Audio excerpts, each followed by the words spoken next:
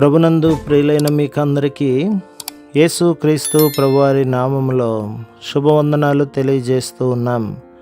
దైవజనులు బ్రదర్ భక్త సింగ్ గారి పరిచర్యలో నుండి దైవ మర్మములు జూన్ 2. ఇదే త్రోవ దీనిలో నడువుడి. యెషయా గ్రంథం 30వ అధ్యాయం 21వ వచనం. యేసుక్రీస్తు ప్రభు తన పరిచర్యను సూచక క్రియల ద్వారా ప్రారంభించలేదు. ఆయన బాప్తిస్మమును తీసుకొనిన దినమున దేవుని స్వరము ఆయనను గూర్చి సాక్ష్యమిచ్చినంత వరకు ఆయన ఏ సూచక క్రియను చేయలేదు.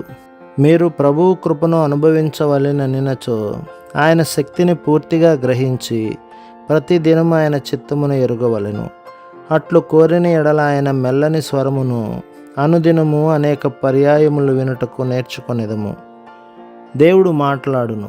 సర్వశక్తిమంతుడైన జీవము గల దేవుడు మనము తన స్వరమును వినవలెననీయునని కోరుచున్నాడు.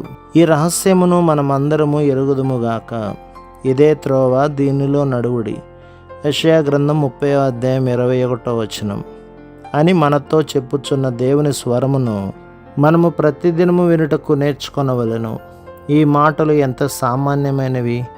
కుడివైపుకు కానీ ఎడమవైపుకు కానీ మనము పొరపాటున తిరుగునప్పుడు ఈ మార్గమున నడవవద్దు, ఆ మార్గమున పోకూడదు, అచ్చట ఏదో ఒక అపాయం ఉన్నది అని మెల్లని స్వరం మనతో చెప్పును. ఈ విధముగా అనుదినము మనము సరైన మార్గములో నడిపించబడదుము. ప్రభు మిమ్మును, మీ కుటుంబమును, మీ సంఘమును దీవించి ఆశీర్వదించునుగాక. ఆమేన్.